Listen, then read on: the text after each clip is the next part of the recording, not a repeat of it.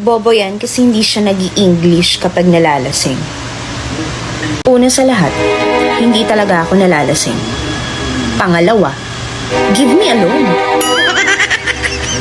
Mga sign na malakas yung appeal mo pero hindi mo lang alam. Number 1, maganda yung mata mo. Alam mo yung tipo ng mga mata na kahit hindi tumatawa parang nakangiti na. Yung parang nakikipag-usap yung mata mo. May mga ganyan tao malalakas yung dating. Tingin pa lang nakukuha ka na, nahuhulog ka na. Ganong kalakas yung dating mo. Pangalawa, makapal yung kilay mo. Mapapansin mo to kadalasan sa mga lalaki, mga makakapal yung kilay. Yung iba, kapag makapal yung kilay, na-attract sila doon. Kokonti lang yung taong makapal ang kilay Yung iba nga nagdadagdag pa, di ba? Yung iba dinodrawingan o kaya pinapatato. Pero yung mga gifted talaga, yung natural na kilay, talagang malakas yung appeal nun Pangatlo, maganda kang ngumiti. Iba yung aura ng mukha mo kapag naka-smile ka. Yung vibe na binibigay mo sa mga nakakausap mo at nakakakita sa'yo, na-attract sila sa'yo kasi yung ngiti mo. May mga ganyan pag nga ngumiti, lalong pumopogi, lalong gumaganda.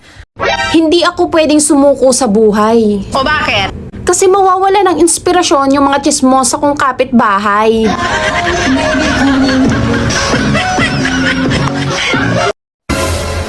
Feeling maganda daw ako.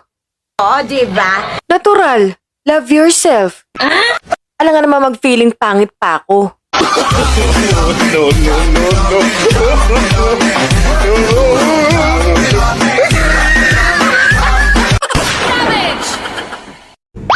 Uy, be, pag nag-iipon ka, saan mo tinatago pera mo? Sa bahay mo o sa bangko? Sa utak ko, sa sobrang dami di ko na nga ma-withdraw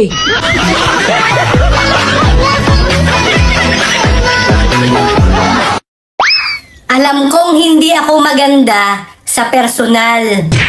Pero ito lang ang sasabihin ko. Maganda naman ako sa TikTok.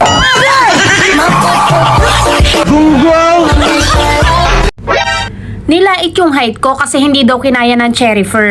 Kamusta naman yung mukha mong hindi tinabla ng filter?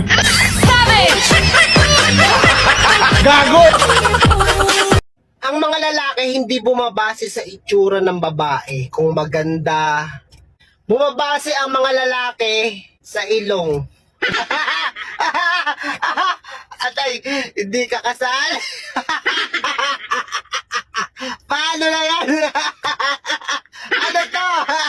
Ay, may exempted ba doon? Ano ba yan? Ay, wag kang ano dyan. Logi, walang away-away, bati-bati tayo. Huwag kang mawala ng pag-asa. Medyo matangos naman konti ang ilong mo. Huwag kang mawala ng pag-asa. Meron din naman ang lalaking gusto pango.